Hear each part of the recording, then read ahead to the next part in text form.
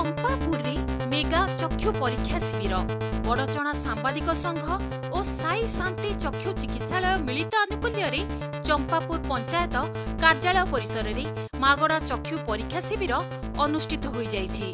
शिविर को चंपापुर सरपंच सुलोचना प्रधान आनुष्ठानिक भावे उद्घाटन करथिले। अन्यतम अतिथि भावे समिति सभ्य सत्यव्रत विश्वाल, युव समाजसेवी स्मित रंजन प्रधान जोग देथिले। डाक्तर चित्तरंजन सिंह और सहकर्मी द्वारा 50 रु ऊर्ध्व रोगी चक्षु परीक्षा करा जायथिला। मोतियाबिंदु चिन्हट होइथिबा 10 जन रोगी अस्त्रोपचार निमंते चिकित्सालय को निया जायछि। अन्य रोगी मानकु चक्षु परीक्षा परे आई ड्रॉप सह औषध दिया जायथिला।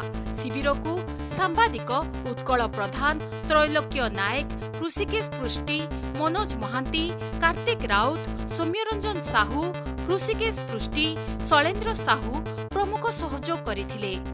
अस्मिता खबर एहीपरि भावरे खबर सहित जोड़ी होई रहिबा पई अस्मिता खबर को लाइक, शेयर एवं सब्सक्राइब करने को भूलिबे नहीं।